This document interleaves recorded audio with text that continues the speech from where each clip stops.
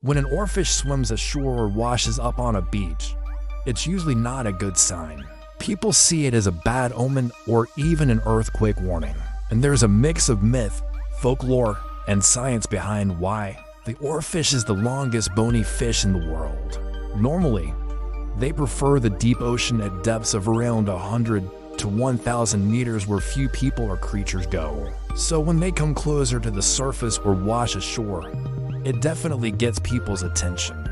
That's partly why oarfish have inspired so many legends over the years, often as sea serpents. In Japan, oarfish are called Ryugu no Sakai, which translates to messenger from the sea god's palace. For centuries, Japanese fishermen believed they were heralds of impending earthquakes or tsunamis. And in other coastal cultures around the world, sightings were tied to sea dragons or omens of coming disasters. Now, in modern times, scientists can explain most of the reasons why oarfish sometimes appear near land.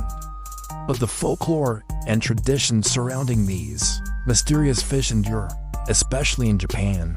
The people there have a long history of respecting and fearing the ocean, and oarfish are seen as its messengers. So what exactly does it mean when an oarfish swims close to shore? Let's explore the folklore, the science, and what might lie somewhere in between. The oarfish is a truly enormous fish, reaching lengths of up to 36 feet or 11 meters. That's longer than a school bus. Their bodies are slender and silvery with huge eyes. Because they live in the deep ocean, oarfish are rarely seen by humans. In fact, there have only been about a dozen confirmed sightings of them in the wild. When they do surface, it's usually far out at sea. So when one swims into shallow water or washes up on the beach, it's definitely a rare sight. Well, in many cases, it's likely that something is wrong, whether it's illness, injury, or disorientation.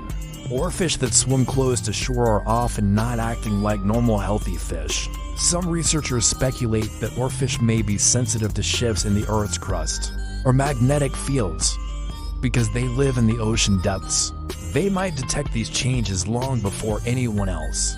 That's the idea. Anyway, there's some evidence that oarfish may be able to sense earthquakes before they happen.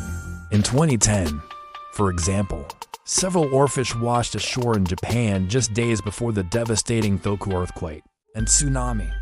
Eyewitnesses reported that the fish were weak and disoriented, unable to swim properly. A similar pattern had been seen in Chile in 2007, the Philippines in 2009, and Mexico in 2011.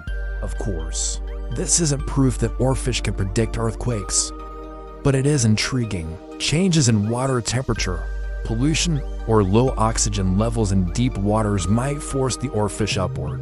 The deep ocean is also very dark, so any light or unusual movement could startle them and send them swimming toward the surface. Whatever the reason, oarfish that end up near shore are almost always sick or dying.